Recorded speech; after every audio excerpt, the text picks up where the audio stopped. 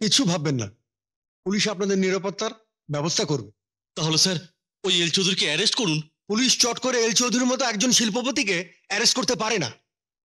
খুনের উপযুক্ত প্রমাণাদি পেলেই তারপরে। প্রমাণ আপনি পেতে পেতে তো আমাদেরই শেষ করে দেবে স্যার। অমরায় তো গেছে, এবার এবার আমাদের পালা স্যার। হ্যাঁ স্যার, আমার মনে হয় এনাদের পুলিশ সিকিউরিটির ব্যবস্থা করা উচিত। তুমি কি ধরনের সিকিউরিটি কথা ভাবছো? আমাদের ডিটেকটিভ এজেন্সির একজনকে ওনাদের ড্রাইভার সাজাতে হবে। একদিকে সিকিউরিটির ব্যবস্থা হলো, অন্যদিকে সন্দেহজনক লোকের মুভমেন্টের দিকে লক্ষ্য রাখা হলো। Very good, very good.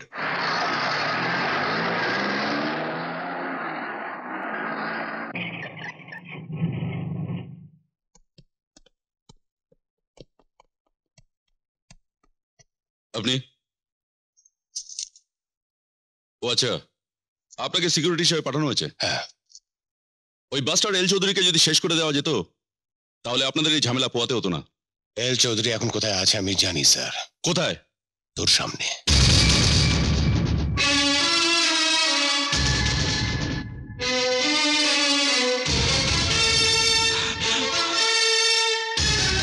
না না না না,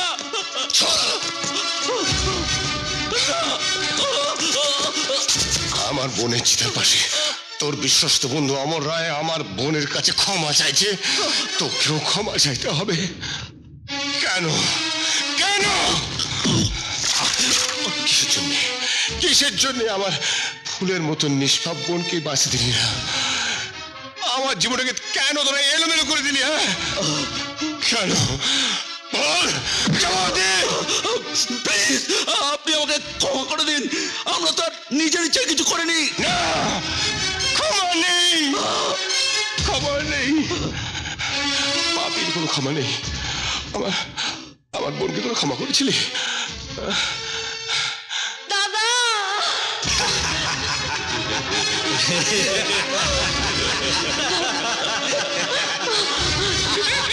যার নির্দেশে আমরা এই কাজ করেছি তাকে আপনি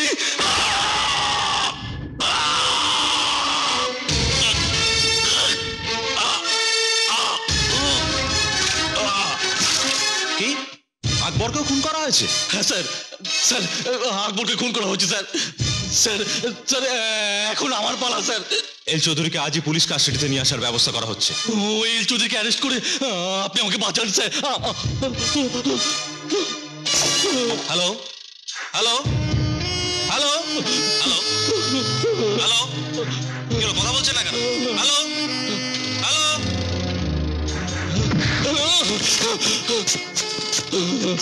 তোর পরম দুই বন্ধু এখানে শুয়ে শুয়ে তোর জন্য অপেক্ষা করছে। তৃতীয় চিতাটা তোর। তুই এখন পৃথিবী ছেড়ে চলে যাবি অ্যান্টনি, আমার বোনের কাছে ক্ষমা চাইতে। নইলে আমার বোনের আত্মার শান্তি পাবে না। আমাকে আমাকে ক্ষমা করে দিন স্যার। আমাকে আমাকে মেরে কোনো লাভ নেই। আমাকে আমাকে ক্ষমা করে দিন স্যার। আমি অন্যায় দাদা তুই এর প্রতিশোধ নিস। দাদা তুই ওদের ক্ষমা করিস না। দাদা তুই এর প্রতিশোধ নিস। আসল আসল মানুষ হচ্ছে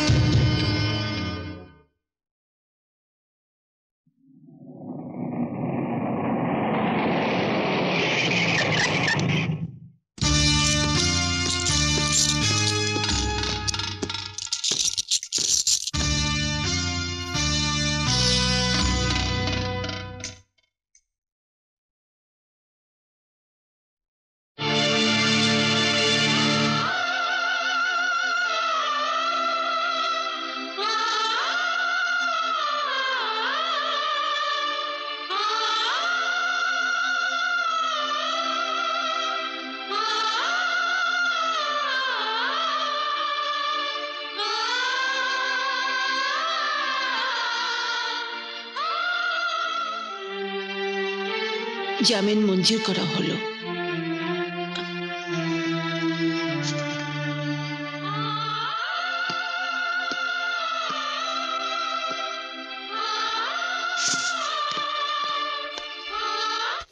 গায়ে কি করে জামিন দিলে মা?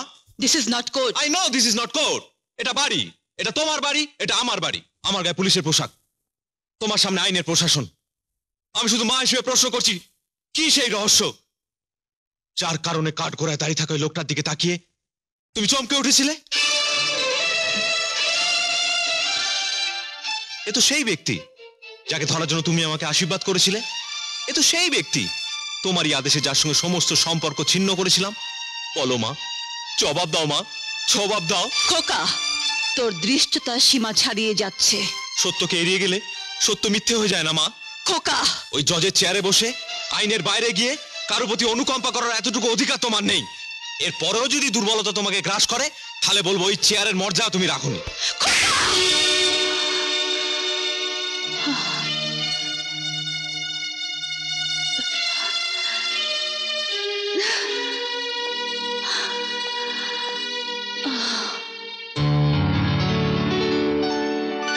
ওই জজের চেয়ারে বসে আইনের বাইরে গিয়ে কারোর প্রতি অনুকম্পা করার এতটুকু অধিকার তোমার নেই।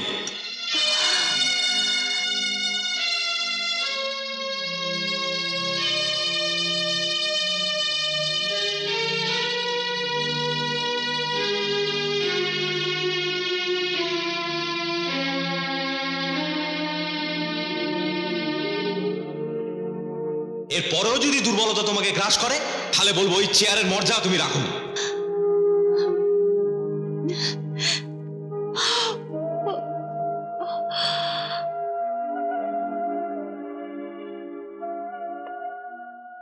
খোকা, আই এম সরি মা, তুমি আমায় ক্ষমা করে দাও।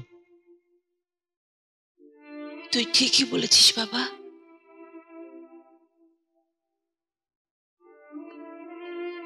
ওই চেয়ার আঁকড়ে ধরে বসে থাকার সময় বোধহয় আমার শেষ হয়ে গেছে।